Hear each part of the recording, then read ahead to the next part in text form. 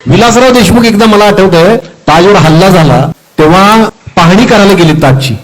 तेव्हा त्यांच्याबरोबर रितेश देशमुख आणि रामगोपाल वर्मा होता. मीडियानं एवढा गदारोळ माजवला आणि विलासरावांचं पद मला वाटतं अडचणी झालं, मला वाटतं राजीनामा द्यायला लागला. ही मीडियाची ताकद होती. आर.आर. आबांचं एक वाक्य बोलताना चुकलं, फक्त मीडियानं राजीनामा द्यायला लावला. आज सरिताताई मला खरंच आश्चर्य वाटतं. म्हणजे ठीक आहे ना, ठीक आहे, तुमच्यावर दबाव आहे, तुम्हाला बऱ्याच गोष्टींची बंधनं आहेत, मान्य आहे मला.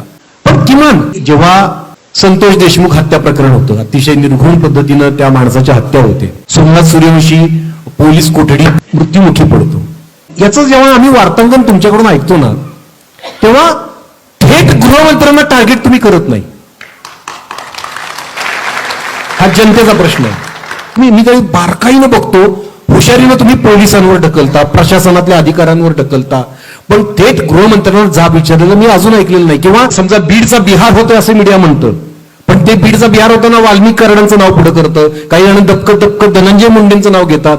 आता मला सांगा, कायदा आणि सुव्यवस्थेचा कंट्रोल कोणाच्या हातात आहे? गृहमंत्रालयाच्या हातात आहे. पण एकही मीडिया असं म्हणत नाही की बीडला जे चाललंय ते गृहमंत्री जबाबदार आहेत त्याला. अंतरवाली सराटीत जो लाठीमार झाला गृहमंत्री, असं का म्हणत नाही तुम्ही? मी म्हणतो तुम्ही एकदा म्हणा ना, तुम्ही जनतेला तरी समाधान वाटत की तुम्ही म्हणा की फर्स्ट टेस्ट मध्ये हे सरकार नापास झालेलं आहे. तुम्ही सरळ म्हणा फक्त. मी काय म्हणतो, एवढं म्हणा, तुम्ही डेअरिंग करा की गृहमंत्री हे प्रकरण हाताळण्यात अपयशी ठरलेले आहेत, एवढं तरी म्हणा.